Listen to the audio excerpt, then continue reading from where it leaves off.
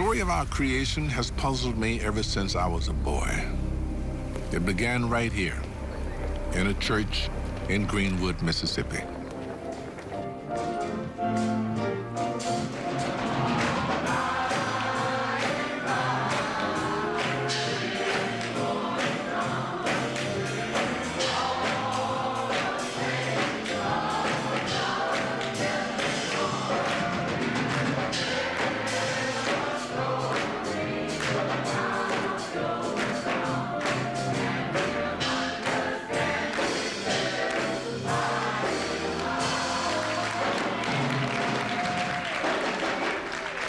I was about their age when it happened.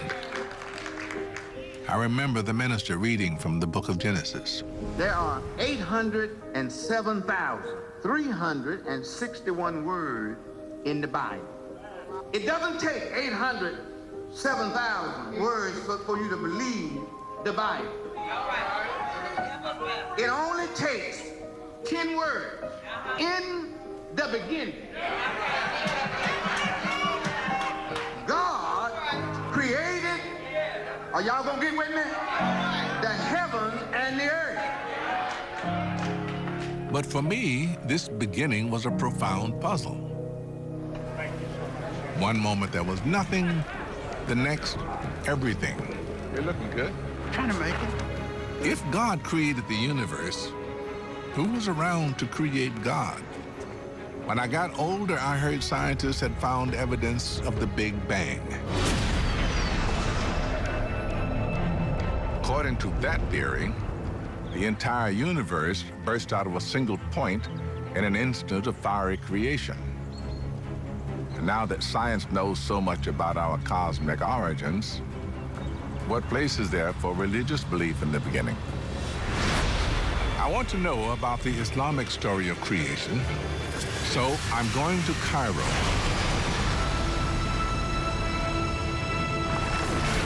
One of the largest and oldest cities in the Muslim world.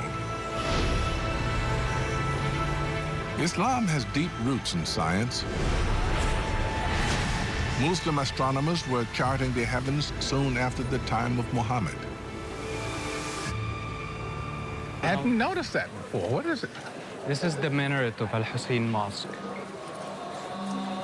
Harvard historian of Islam, Ahmed Ragab, is taking me to one of Cairo's spiritual centers, the Al-Hussein Mosque.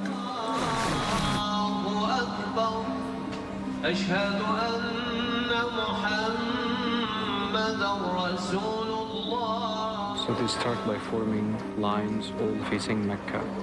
And the lines are all closed. You shouldn't have any kind of gaps. Space between. Yeah. In other words, they're sort of toe-to-toe. Right. Muslims come here every day to give thanks to God for all that he creates. And afterwards, some head just around the corner to the 2.5-century-old El Fishawi coffee shop. Speak to me about the Islamic concept of creation. In Islam, the beginning of the story starts with this massive cloud of smoke, from which the heaven and earth are pulled from inside the smoke. And then the earth after that gets formed into what it looks like before the beings are created. Interestingly, that is very cosmic. Right. You think right away about the clouds of dust in the cosmos that form worlds. So this idea is about these massive clouds and things coming out of them is actually very powerful in a lot of mythological traditions around the world. And it is part of this Islamic narrative of creation. In Islam, the moment of creation exists alongside the scientific view of Earth's formation. The same is true for traditions much older than Islam.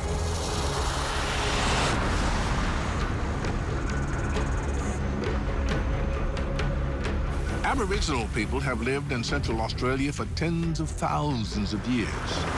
They've told the story of this land's creation for as long as anyone can remember. Wow, this is beautiful. My grandfather's family have been caretakers for this place. You know, it's come passed down to me. Warren Williams and the Arende people call this place home. This place is so big, you'd have to see it from space. You could probably see it on satellite images. Yeah. Cultural astronomer Dwayne Hamaker tries to connect Aboriginal creation stories to modern science. So, Warren is taking him to where his ancestors say it all began. A bowl-shaped basin called Norala.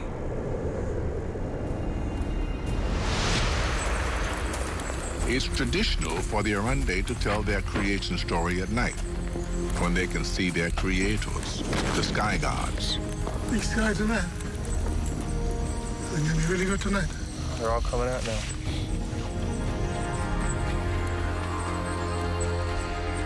Wow.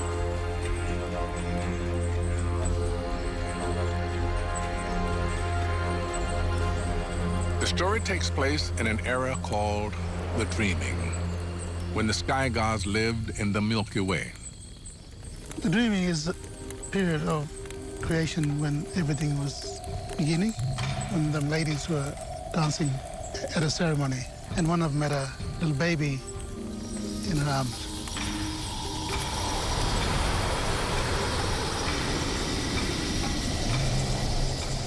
So she put the baby in a tana, it's a wooden cradle, but all the dancing started vibrating, shaking the Milky Way, and the tana fell down.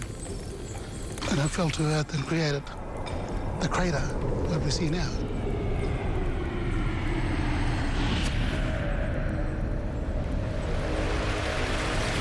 That's fascinating because, according to scientists, it was an asteroid or a comet that hit the ground, and what it did, the massive explosion created this big meteorite crater. Dwayne wants to know more about the Turner, or cradle, that Warren and his ancestors see as the cause of their creation. That's what So you can see the Milky Way quite clearly, and that looks like that tournament from the front falling out of the Milky Way. Yeah. In Western astronomy, we call that Corona Australis. That constellation means the Southern Crown. But you're right, it looks exactly like Turner falling out of the Milky Way. It looks like an upturned cradle. At daybreak, Dwayne asked Warren to show him exactly where the star baby landed. Goes right through here? Yeah. Check it out. It's right in the center of the meteor impact crater geologists called Goss's Bluff. So this is it? Yeah. This is where it began. The rocks fell down here to the ground and formed this. Then the first man got created. The first woman got created. And now I'm here because of that. It started here. Just fell from the sky and made all this. Science has never really considered some of these old creation stories to have any validity. And what we're finding out is that the creation story from the Aboriginal perspective and from the scientific perspective, like here at Norala, are identical. They're exactly the same. For the Arende, life began here. And tradition requires a greeting to the ancestors whenever you enter this sacred space. Hey!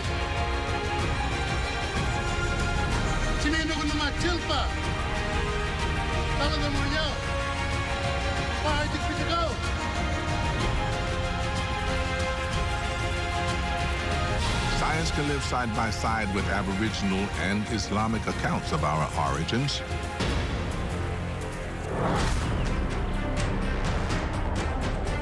Now I'm curious about science and the Judeo-Christian creation story. So I've come to Rome, where Michelangelo's breathtaking Sistine Chapel ceiling depicts the book of Genesis.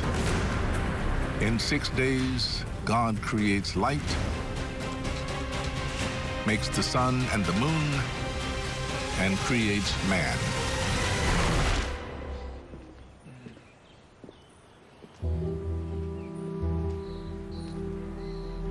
I've come to speak with the Pope's chief science representative, Monsignor Marcelo Sanchez Sorondo.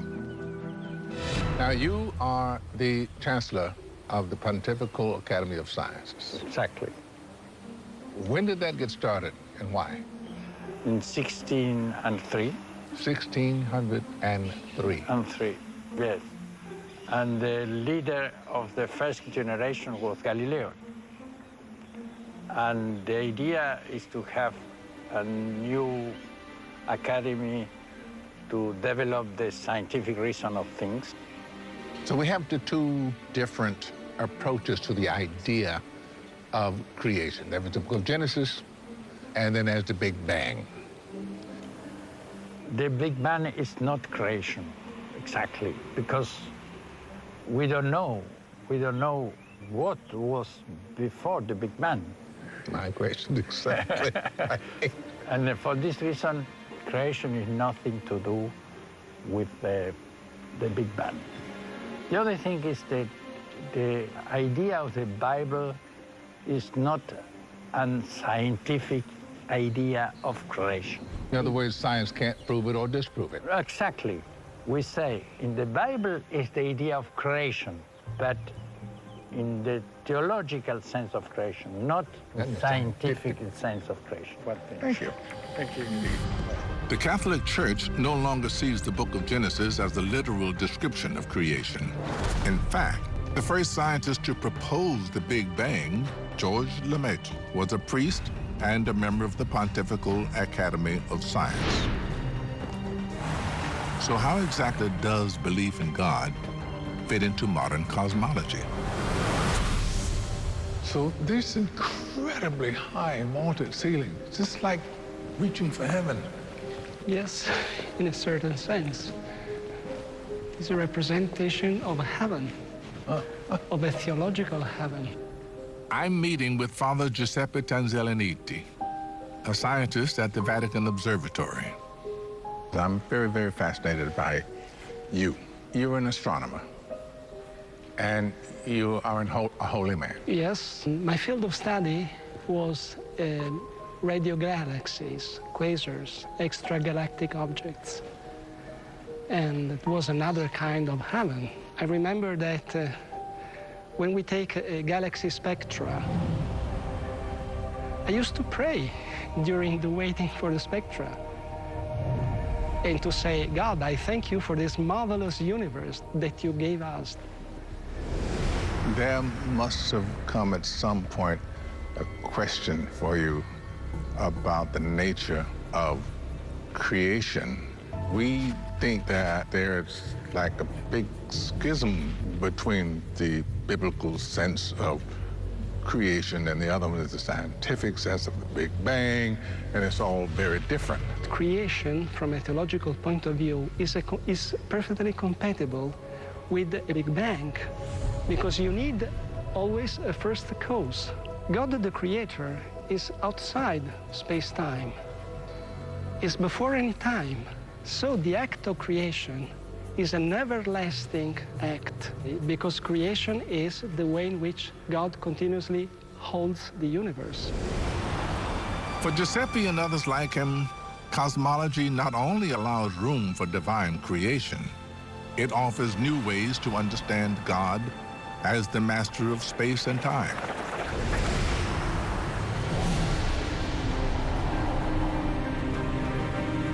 I like what Father Giuseppe says about creation as a continuum, that it didn't begin and end with the Big Bang, that it is God's ongoing activity, which includes evolution. I think what he was saying is God does not exist outside space and time. God is space and time. The idea that creation is ongoing sounds like a new one, but it's not. In the depths of the Guatemalan rainforest, lost cities reveal the endless creations of the ancient Maya.